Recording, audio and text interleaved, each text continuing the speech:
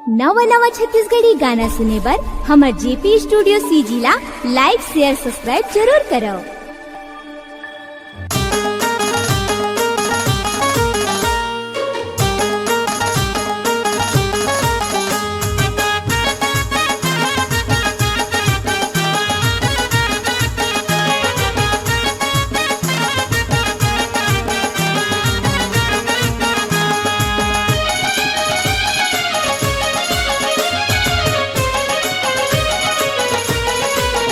चालहा संगी रे तुरी के डौका टुल्लू है।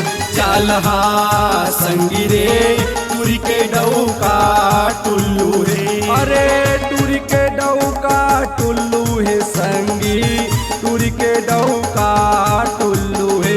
अरे तुरी के डौका टुल्लू है संगी, तुरी के डौका टुल्लू है।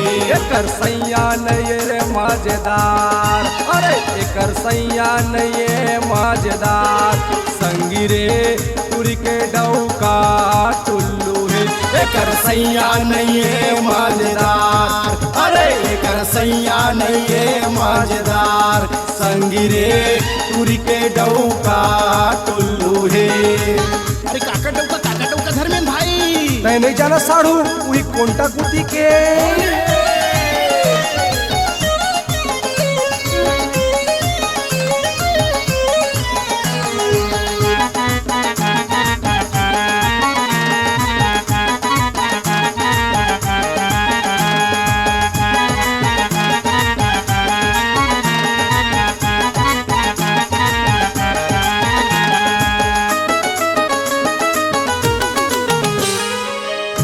बरकारी वह बड़ मटमटा थे जी, सैया घर रहे नहीं मोला बाला थे जी।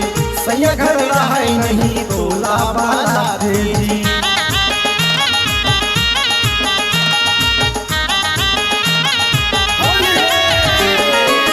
रेहे बरकारी वह बड़ मटमटा थे जी, सैया घर रहे नहीं मोला बाला थे जी। सैया घर रहे नहीं तोला बाला थे जी, सैया घर रहे नहीं तोला बाला थे जी। अरे काका डौका धर्मेंद्र भाई मैं नहीं जाना साढ़ू वही कोंटा कुटी के।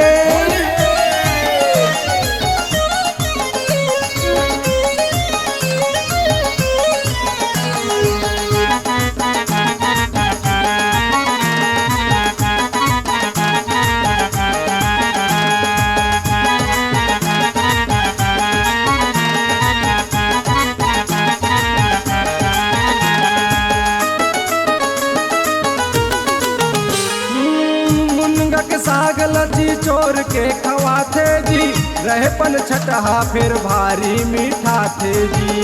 रहपन छटहा फिर भारी मीठा थे जी।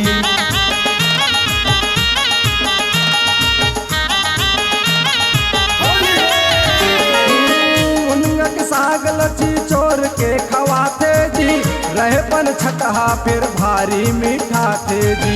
रहपन छटहा फिर भारी मीठा थे जी।